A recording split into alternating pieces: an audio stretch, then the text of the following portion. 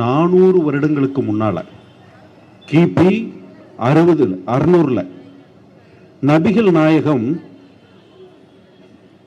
Arabia பகுதியில் பிறக்கிறார். Arabia அப்ப எப்படி இருந்ததுன்னா பல ஜாதிகள் இன குழுக்கள், அந்த ஒவ்வொருத்தரும் ஒவ்வொரு சடங்கு சம்பிரதாயங்கள், பல உருவ வழிபாடுகள், குருவி காக்கா ஆடு மாடு எல்லாமே வழிபாட்டுக்குரியது. பெண்கள் அடிமைகளாக்கப்பட்டார்கள். நிர்வாணமாக தொழுகை நடத்துவதற்கோ வழிபடுவதற்கோ முழுமையாக அந்த சடங்கு சம்பிரதாயம். எங்கு பார்த்தாலும் நீக்கிற அடிமைகள், வரி, அதே போல அடுத்தவர்களை கெடுத்து வஞ்சிப்பது, இப்படி எதிலையுமே குறையில்லை. அந்த சமயத்துல தான் நபிகள் நாயகம் அவர்கள் ஒரு 40வது வயதுல நபித்துவம் பெற்று அந்த பகுதியில் இவைகளை எல்லாம் எதிர்த்து ஃபைட் பண்றார். அப்போ அவருக்கு திருமணம் ஆயிருச்சு. அவருக்கு திருமணம் செய்தவர்கள் யார் அப்படின்னா அந்த பகுதியிலேயே மிகப்பெரிய பணக்காரங்க. அந்த அம்மா பெரிய பணக்காரங்க. தன்னுடைய தொழிலுக்கு ஒரு உறுதுணையாக ஒருவர் வேண்டும் என்பதற்காக நபிகள் அவர்களை பத்தி கேள்விப்படுறாங்க. நபிகள் ரொம்ப உண்மையை பேசுபவர், பொய் சொல்ல மாட்டார். அண்ணன் வணக்கம்.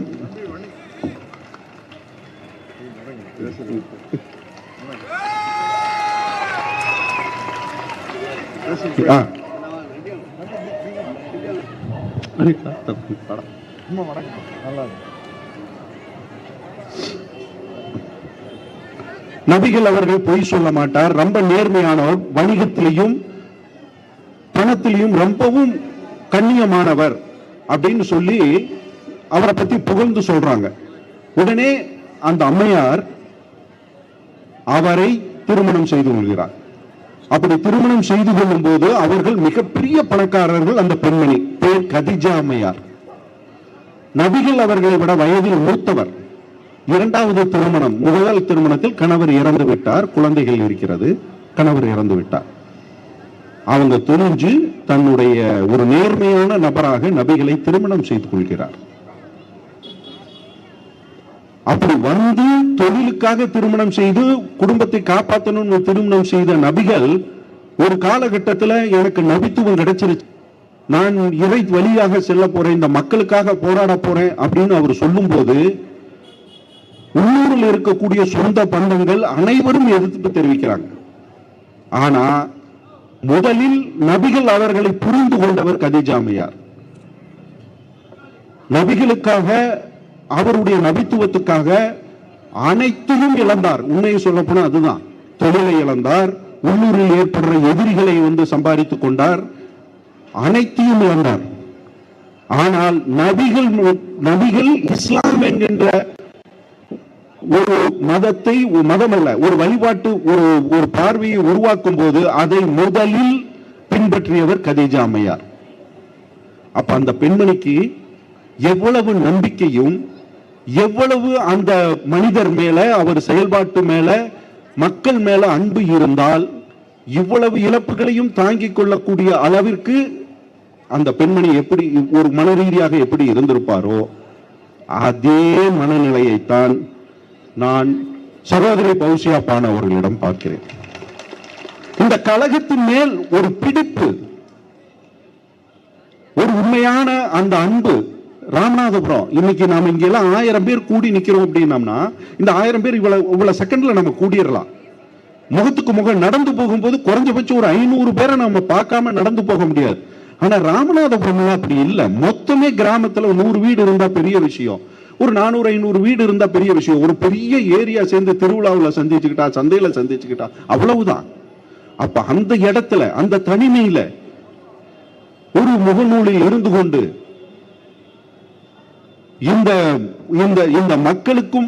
இந்த மக்களுக்கு போராடியவர்கள் பின்னாடி நம்ம நிக்கணும்னு நினைக்கிறது கதீஜா அம்மையார் எப்படி நபிகள் பின்னாடி நின்னாரோ அது போல நேர்மையும் அன்பும் கொண்டு நிற்கக்கூடிய ஒரு சகோதரியை நான் இப்பொழுது இந்த மேடையில் பார்த்ததில் எனக்கு ரொம்ப ரொம்ப சந்தோஷம். சகோதரர் சத்யராஜனோ பிரசன்னாவோ நானும் இங்கு பேசுவது பெரியதல்ல. ஆனா சகோதரர் சேகர்பாபு அண்ணனுக்கு நான் ஒரு பெரிய நன்றியை சொல்லணும். இந்த சகோதரி இனம் கண்டுபிடித்து ராமநாதபுரத்தில் இருந்து அவர்களை இங்கு வரவழைத்து இந்த மேடையை பகிர்ந்து கொண்டதுல 103 கலைஞர் பிறந்த நாள் முழுமையடையர்களாக நான் நினைக்கிறேன்.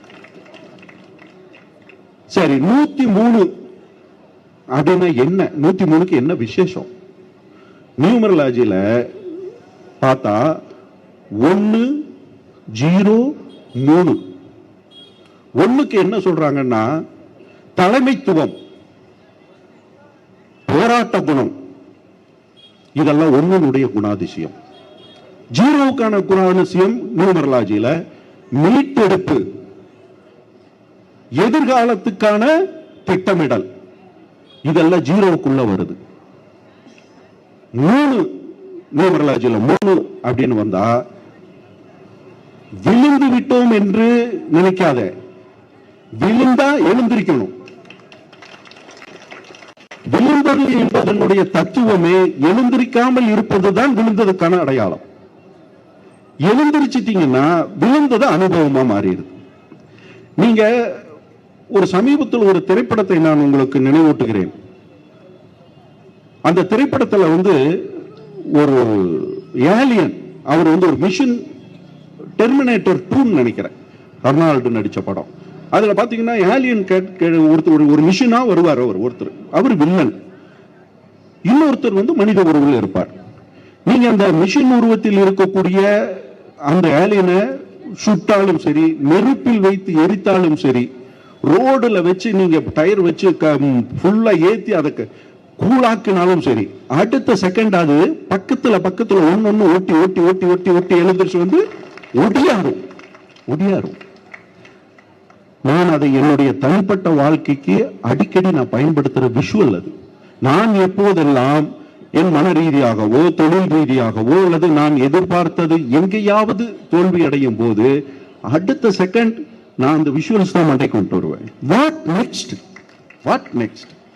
கடந்தது அனுபவம். இந்த அனுபவம் ஒண்ணு திராவிட முன்னேற்ற கழகத்துக்கு புதிதல்ல. வெற்றி எந்த அளவுக்கு எண்ணிக்கைப்படுத்தப்படுகிறதோ அதே அளவுக்கு சரிசமமாக வெற்றி வாய்ப்பு இழப்பதும் எண்ணிக்கைப்படுத்தப்பட்டிருக்கிறது. ஆனா நான் அனுபவ ரீதியா பார்த்த வரையிலும் வெற்றி பெற்று நீங்க வேலை செஞ்சதை விட வெற்றியை தவறும் போது வேலை செய்யறீங்க பாரு, அது 10 மடங்கு வீரியமா நான் பார்க்கிறேன். எங்கேயாவது கடந்த காலத்துல நான் பல முதல்வர்களை பார்த்திருக்கிறேன். தோல்வியடைந்த முதல்வர்கள் செய்தி வந்ததிலிருந்து 10 நாள் வீட்டு பக்கம் கூட ஆள் போகாம அந்த அலுவலகத்தை பக்கம் ஒரு ஈக்காக்கா இல்லாத இடத்தையெல்லாம் நான் பார்த்திருக்கேன். எங்க திரைப்படத்துல படம் ரிலீஸ் ஆகும் போது அலுவலகம் பாத்தீங்கன்னா ரிலீஸுக்கு முதல் நாள் அந்த பெட்டி எல்லாம் நாங்க அனுப்புவோம். ஜே பிரசாத் லேப்ல அவ்வளவு கொண்டாட்டமா இருக்கும். வெற்றியை நாங்க கனவு கண்டுகிட்டு அப்படி இருப்போம். 2வது நாள் அந்த படம் திரையிற்கு ஒரு ஷோ போன உடனே அந்த படத்தினுடைய தோல்வி அது வெற்றிக்கு நோக்கி நகர்லையும் தெரிஞ்சிருச்சுன்னா ஆபீஸ் இளவோடு மாதிரியே இருக்கும். ஒரு பையன் இருக்க மாட்டான், எல்லாம் மூச்சை பிடிச்சு தோல்வி ஜீரணிச்சு சேர்றதுக்கு ஒரு 10-15 நாள் ஆகும். இதை நான் பர்சனலா ஒரு அசிஸ்டன்ட் டைரக்டர் அந்த காலகட்டத்தில் நான் நிறைய அனுபவிச்சிருக்கேன். ஆனா திராவிட முன்னேற்ற கழகத்துல மட்டும்தான் கலைஞர் தோத்து நைட்டு ரிசல்ட் வந்தா நாளை காலையில பிரஸ் மீட். அது கலைஞர் தான் அப்படி இருக்காருன்னு பார்த்தா தளபதி அப்படித்தான் இருக்காரு, செயல் தளபதியும் அப்படித்தான் இருக்காரு. செயல் சேகர்பாபு அண்ணனை பத்தி நான் சொல்லணும்னா கடந்த காலங்களில் மிக நேர்மையான ஒரு உழைப்பாளி. ஆனா அவர் இன்னைக்கு சீதை நெருப்புல தன்னை நிரூபிச்சுக்கணுங்கிற மாதிரி, புராணத்துல நிரூபிச்சுக்கணுங்கிற மாதிரி காலம் அவரை கொண்டாந்து நிப்பாட்டி இருக்கு. எனக்கு தெரிஞ்சு அது வேணும் அவருக்கு. ஏன்னா அவர் 10 தலை ராவணன் மாதிரி ஒரு 10 கை 10 தலையோட வீடு கொண்டு எழுவதற்கு சில சம்பவங்கள் நம்மளை தூண்டும். காலம் உங்களை அப்படி என்னமோ உங்ககிட்ட வேற ஒண்ணு எதிர்பார்க்குது. அது இதல்ல. நீங்க வீடு கொண்டு வேற ஒரு இடத்துக்கு போறதுக்காக உங்களை கொண்டாந்து அப்படி நிப்பாட்டி இருக்குதுன்னு நான் நினைக்கிறேன். அது திராவிட முன்னேற்ற கழகத்துக்கும் பொருந்தும். ஒரு மாற்றம் தேவை. 1920களில் தான் முதலில் தமிழ்நாட்டில் இந்தியாவில் ஓட்டு போடுற உரிமையே நமக்கு கிடைச்சது. எத்தனை வருஷத்துல? இந்த மண்ணில் மனித இனம் தோன்றியதில் இருந்து 5000 வருடமா, 10,000 வருடமா, 1 லட்சம் வருஷமா, இப்படி 1 லட்சம் வருஷங்கள் மனிதன் இந்த பூமியில் இருந்திருந்தால் ஒருத்தனுக்கும் ஓட்டு போடுற உரிமை இல்லை. 1920 தான் பிரிட்டிஷ்காரங்க கிட்ட போராடி எங்களுக்கு ஒரு உரிமை வேணும், எங்களுக்கு ஓட்டு போடுற உரிமை வேணும்னு கேட்டாங்க. போராடினது அம்பேத்கர். காந்தி மறுத்தார். இல்ல இல்ல, எங்களுக்கு முழு சுதந்திரம் கொடு, நாங்க இந்த மாதிரி இரட்டை வாக்குரிமை மாதிரி எல்லாம் ஒரு சப்போர்ட்டா எங்களுக்கு ஒரு உரிமை எல்லாம் வேண்டானார். அம்பேத்கர் ஃபைட் பண்ணார். இல்ல, முதல்ல இதை கொடுங்க, நாங்க இதுக்குள்ள இருந்து நம்மளை அடுத்த நிலை கொண்டு போலான்னு ஒரு குரூப் ஃபைட் பண்ணுது. அங்க காந்தி முழுக்க ஒத்துழையாமை இயக்கம் நடத்துறார். அதுக்குள்ள இருந்து ஒரு கேங் பிரிஞ்சு வருது. சித்ரஞ்சன் தாஸ், நேரு, இவங்க எல்லாம் பிரிஞ்சு சுயராஜா கட்சி மாதிரி சேவா கட்சிகள் ஒண்ணு ஆரம்பிக்கிறாங்க.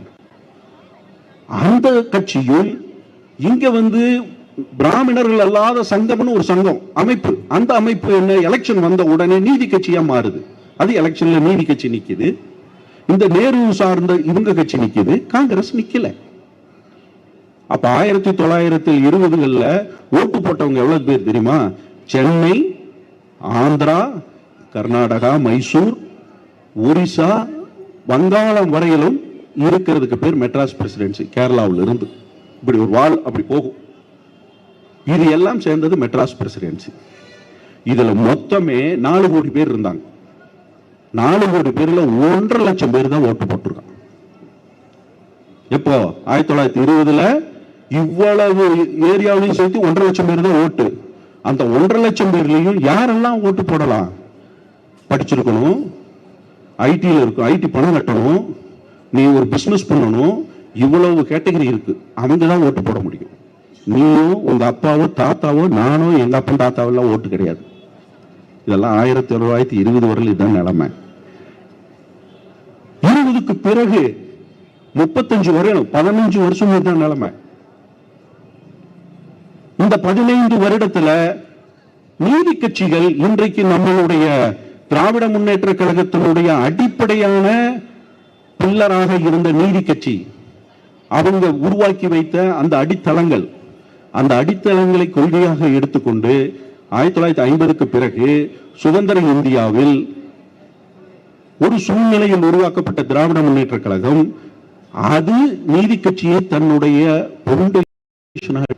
அப்போ ஒருத்த நாட்டு மக்கள் மேல அன்பு கொண்டவனாக இருந்தால் அது எங்கேயோ உருவான ஒரு 30 வருஷத்துக்கு முன்னாடி உருவான ஒரு கட்சியினுடைய கொள்கை கோட்பாடுகள்.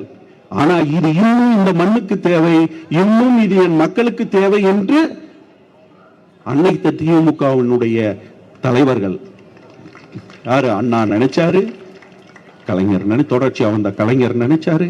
அப்ப என்ன, ரசிக்கணும், மக்களுக்கு ஒத்துழைத்தவர்களுடைய பேரெல்லாம் எடுக்கணும், அந்த மக்களுக்கு ஒத்துழைத்தவர்களுடைய திட்டங்களை எல்லாம் நாம் தொடர்ச்சியாக செய்யணும். வாயில நல்லா வருது எல்லாம் பேசக்கூடாது, நல்லா வரணும். நல்ல மனம் இருந்தால் நல்லா தான் வரும். எனக்கெல்லாம் நல்லா தான் வரும். நல்லா வருதுன்னு நான் சொல்ல மாட்டேன், நல்லா வருது எனக்கு. ஏன்னா நான் நீதி கட்சியினுடைய ஒரு தொடர்ச்சியான ஒரு தலைமுறையினுடைய ஒரு கலைஞர்கள். நீங்க யோசிச்சு பாருங்க, நான் டிஎம்கே உறுப்பினரா, அண்ணன் உறுப்பினரா? நீங்க உறுப்பினரை விட உறுப்பினர் இல்லாதவங்க டிஎம்கே நிறைய பேர் இருக்காங்க. இது எந்த கட்சியிலாவது இருக்காங்க? நேற்றுக்கு பேசினார் சுகி சிவம் அவர்கள், இந்த அண்ணன் பேசினாரு. அவர் என்ன நீதி கட்சி இது திராவிட முன்னேற்ற உறுப்பினரா? இன்னைக்கு தொடர்ச்சி அடுத்த 10-13 நாள் பேச போறவங்க எவ்வளவோ கலைஞர்கள் இருக்காங்க. திராவிட முன்னேற்ற கழகத்தில் மட்டும்தான் இவர்கள் இந்த மண்ணுக்கும் மக்களுக்குமாக உழைக்கக்கூடியவர்கள். இவர்கள் பின்னாடி நான் நிக்கணும்னு திரைக்கலைஞர்களா இருக்கட்டும், இலக்கியவாதிகளா இருக்கட்டும், பாடலாசிரியர்களா இருக்கட்டும், தெருக்கூத்து, கும்பாங்கத்து, எல்லா அமைப்புகளில் இருப்பவர்கள் பொது தளத்தில் இருந்து அவர்கள் பின்னாடி இருப்பவர்களாக இருக்கோம். நாங்க இந்த கேங்கு உறுப்பினராக இருந்தா நீங்க சொல்றதுக்கெல்லாம் கூட சரின்ட்டு போயிடலாம். நாங்க அப்படி இல்லை, எது சரியோ அது பக்கம் நிக்க தயாரா இருக்கும். இன்னைக்கு சத்யராஜன் இருக்காரு. சத்யராஜன் ஒரு ரீல்ஸ் போடுறதை விட ரீல்ஸுக்கு பதில் சொல்றதுக்கு நிறைய டைம் எடுக்கிறார். அதிகமான ட்ரோல் மெட்டீரியலும் அதிகமான விமர்சனங்களை உள்ளாட்டுவர் சத்யராஜன் தான். ஆனா டேய் போடா, பரம்பரை அவர் பரம்பரை கோயம்புத்தூர்ல ஜமீன் பரம்பரை. அவர் எதையெல்லாம் பார்த்தவர் தெரியுமா அவங்க பரம்பரையில? நான் அப்படி இல்லை, நான் அதை வெளியிருந்து பார்த்தவன். எனக்கு அது எப்படி இருக்கும்னு தெரியும். அப்படி ஒரு மிக பிரமாண்டமான ஒரு ஆளுமையுள்ள ஒரு இந்த சமூகத்தினுடைய வேறு பிடிச்சு போன சமூக அந்த மனநிலை உள்ள ஒரு சமூகத்துக்குள்ள ஆளுமை மனநிலையிலிருந்து வெளியே வந்து இன்னைக்கு களமாடுவது இருப்பது சாதாரணம் அல்ல. அதுவும் பொறுப்பு இருந்துகிட்டு களமாடுனா கூட பரவாயில்லைங்க, பதவி காப்பாற்றி விட்டுருங்க, நாங்க வெளியிருந்துகிட்டு பேசுறோம். நீங்க அண்ணன் சேகர் பாப்பன் இருக்காருன்னா, சேகர் பாப்பன் இந்த ஏரியாவுடைய ஆளுமை உள்ள நபர், இயக்கத்துல பெரிய பொறுப்புல இருக்காரு, மினிஸ்டர், என்னென்னமோ அவருக்கு பவர் இருக்கு. நாங்க அப்படியா? ஆனா நாங்க அதை எல்லாம் தாங்கி கொண்டு இந்த மண்ணுக்காகவும் மக்களுக்காகவும் போராடக்கூடிய இயக்கத்துக்கு பின்னாடி நிக்கிறோம்னா அதுக்கு ஒரு அர்த்தம் வேணும், அர்த்தம் வேணும். அதனால இது ஒன்றும் முடிவல்ல, அஸ்தமனம் என்பது முடிவல்ல, இன்னொரு விடியலுக்கான பதுக்கம், அவ்வளவுதான். அதெல்லாம் ஒரு அழகான கொட்டேஷன்ஸ். கலைஞர் அவர்களுடைய தோல்வியை எடுத்தா ஒரு சீட்டும் இல்லாம 2 சீட்டு அப்படின்னு எல்லாம் நம்ம பார்த்துட்டோம். ஒரு சிறு செய்தி ஒட்டுமொத்த இதை மாத்தி போடும். இது ஏதோ கணிக்கவே முடியாத, யாருக்குமே வெற்றி அடைந்தவர்களுக்கும் சரி சொல்றேன், வெற்றி அடைந்தவர்களுக்கும் சரி, அவங்களும் இதை கண்ணாடியில பார்த்து இது நிஜம்தான் கிளி பார்த்துக்கிறது இருக்கும் இல்லையா, அப்படியான ஒரு நிகழ்வு இது. இது காலம் என்னமோ ஒரு வடிவமைச்சிருக்கு. தமிழகம், இந்தியா மாற்றம் வேண்டும், அது சந்தேகமே இல்லை. மாறுதலுக்கு உட்படணும். அது நமக்குள்ளே அந்த மாறுதலா அல்லது சமூகத்துக்குள்ள வெளியிருந்து அந்த மாறுதல் நடக்குது, அதெல்லாம் பிரச்சனை இல்லை, வேணும் மாறுதல். ஆனா அந்த மாறுதலுக்கான நேரம் இதுவா, காலம் இதுவா அப்படின்னு பொதுத்தளத்திலிருந்து நாங்க பார்க்கும்போது இன்னமும் பயமா இருக்கு. ஏன்னா உலகம் தழுவிய வரையிலும் ஒரு பெரிய மாற்றம் நடந்துகிட்டு இருக்கு. 1600களில் வரையிலும் உலகம் முழுக்க தரை வழியாகத்தான் போய் வியாபாரம் பண்ணிக்கிட்டு இருந்தது. உலகமே ஒட்டகம் வழியா போவாங்க, தரை வழியா போய் அங்கங்க வியாபாரம். தரைவழி பயத்துல நிறைய பிரச்சனை இருந்தது. ஒரு நாட்டை கடக்கும் போது வர்ற பிரச்சனை, திருடர்கள் பிரச்சனை, இதெல்லாம் இருந்தது. அப்ப அதுக்கு மாற்று என்ன பண்றது? அதுலதான் கொலம்பஸ் கப்பலை கண்டுபிடிச்சு கப்பலுக்குள்ள பயணம் செய்யலாம், கடல் வழி பயணத்தை தேடுமா அப்படின்னு ஒரு ரூட்டை கண்டுபிடிக்கிறாங்க. அதுக்கு அரசாங்கங்கள் பொருள் உதவி செய்து அப்படி ஒரு பயணம் உருவாக்கப்பட்ட போது ஒரு கப்பல் கம்பெனிகள் சேர்ந்து நாங்க ஒரு வியாபாரத்தை பண்றோம், எங்களுக்கு நீங்க பர்மிஷன் கொடுங்கன்னு பிரிட்டிஷ்காரங்கிட்ட கேட்கிறாங்க. இந்த பக்கம் ஸ்பெயின், போர்ச்சுகீசியல், அந்த பக்கம் நெதர்லாந்து, பிரான்ஸ், எல்லாம் அந்த கடற்கரையோடு இருக்கிற நாடுகள் அத்தனையும் இந்த வியாபாரத்தை பண்ணுது. எல்லாம் கிளம்புறானுங்க, கடல்ல கிளம்புறானுங்க. எங்க சுத்துறானுங்க? ஆப்போசிட்ல போனா அமெரிக்கா, எப்படியே லெப்ட்ல கடற்கரையை ஒட்டி, அங்க கடல் தெரிஞ்சுக்கிட்டே இருக்கும், இந்த கடற்கரையை ஒட்டியே கப்பலை ஓட்டிட்டு வர்றது. ஓட்டிக்கிட்டு சேர்ந்த இடம் எல்லாம் குஜராத், கோவா, நம்மளுடைய கொச்சின், அப்படியே அந்த சந்துக்குள்ள அப்படியே பூந்து போனா தஞ்சாவூர், நாகப்பட்டினம், இப்படி சேர்றாங்க. அதுக்கு பிறகு 1650களில் கிழக்கிந்திய கம்பெனி முதலில் இந்தியாவில் ஒரு டேரா போட்டுருச்சு. ஒரு இடத்த வாங்கி சின்னதா ஒரு குடோனை கட்டிட்டாங்க.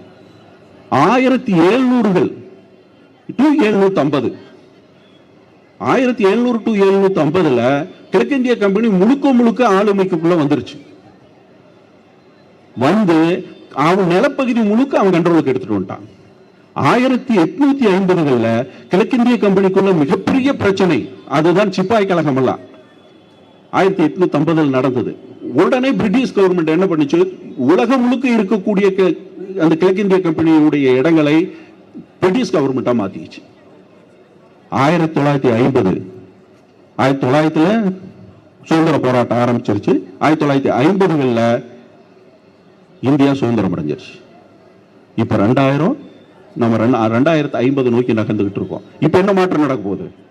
ஒவ்வொரு 100 வருடமும் பெரிய மாற்றம் உலகில் நடந்து கொண்டே இருக்கிறது. இப்போ ஒரு உலகம் பெரிய மாற்றத்துக்கு உட்பட்டு இருக்கிறது. மிகப்பெரிய பொருளாதார இடர்பாடு. நீங்க நிறைய பேர் படிச்சிருக்கீங்களான்னு தெரியல, எல் நினோ அப்படின்னு யாராவது கேள்விப்பட்டிருப்பீங்களா? கேள்விப்பட்டிருப்பீங்க.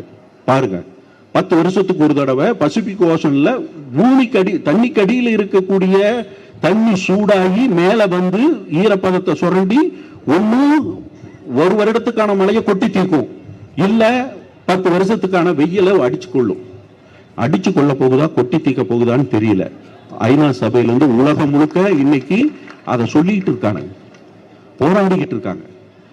அப்பா விவசாயம் பாழாகும், பத்தாக்குறைக்கு நம்ம பிரதமர் வேற விவசாயத்துக்கு உரத்தை வாங்காதன்ட்டாரு. இந்த எல்னினோ வந்ததுன்னா இந்த வருஷம் மழை இருக்குமா அல்லது மழையை கொட்டி தீக்குமான்னு தெரியல. அப்ப மழை இந்த பக்கம் மேகதாதுல அணை கட்டுறன்னு ஒரு கேங்கு புறப்பட்டதுன்னா மேட்டூர் தண்ணி திறக்க முடியுமான்னு தெரியல, குடிநீர் இருக்குமான்னே தெரியல. ஒரு ஏஐனுடைய தொழில்நுட்பம் பெரும்பகுதியான கலைஞர் அவர்களுடைய காலகட்டத்தில் நிறைய ஐடி செக்டார் ஹைதராபாத்ல இருந்து பெங்களூர்ல இருந்து போட்டி போட்டு கொண்டாந்து இங்க ஐடி செக்டார் உருவாக்கினார். கிராமத்தில் இருந்து ஒவ்வொரு சிறு பையனுக்கும் 30,000 to 1 லட்சம் வரல சம்பளத்தை ஒரு கிராமத்துல குடும்பமே மேலோங்கி நின்றது 88 to 90ல. இன்னைக்கு ஏஐல இருக்கிறவங்க கொத்தா ஏஐனால கொத்தா ஐடி செக்டார் எல்லாம் வீழ்ச்சி அடைஞ்சுக்கிட்டு இருக்கு. இன்வெஸ்ட் பண்றவங்க அத்தனை பேர் இது இன்வெஸ்ட் பண்றதுக்கு சரியான டைமா யோசிக்கிறான். உலகம் முழுக்க இப்படி இருக்கு, கரன்சி ரேட் ஏறிக்கிட்டே இருக்கு, இந்தியா கரன்சி வீழ்ச்சி அடைஞ்சுக்கிட்டு இருக்கு. பத்தாக்குறைக்கு தங்கத்தை எல்லாம் வித்துட்டான்னு சொல்றாங்க, அது என்னன்னு எனக்கு தெரியல. எது உண்மை எது பொய்ன்னு சொல்லாத அளவுக்கு மீடியா கட்டமைச்சுக்கிட்டே இருக்கு. உண்மையை நோக்கி நம்ம நகர்ந்து யாருக்காவது ஏதாவது சொல்லணும்னா கூட எது உண்மைன்னு நம்மளால கண்டுபிடிக்க முடியாத அளவுக்கு நம்மளுடைய சிந்தனைகளை அப்படியே வந்து போட்டு சாவடிச்சுக்கிட்டு இருக்காங்க. இவ்வளவு பெரிய சூழ்நிலையில் எது தேவை? ஆளுமை மிக்க அரசாங்கம் தேவை. தமிழ்நாடு ஆளுமை மிக்க ஒரு தலைவனை இழந்துருச்சு, அவ்வளவுதான். அது நீ காலம் தீர்மானிக்கட்டும். நன்றி, வணக்கம்.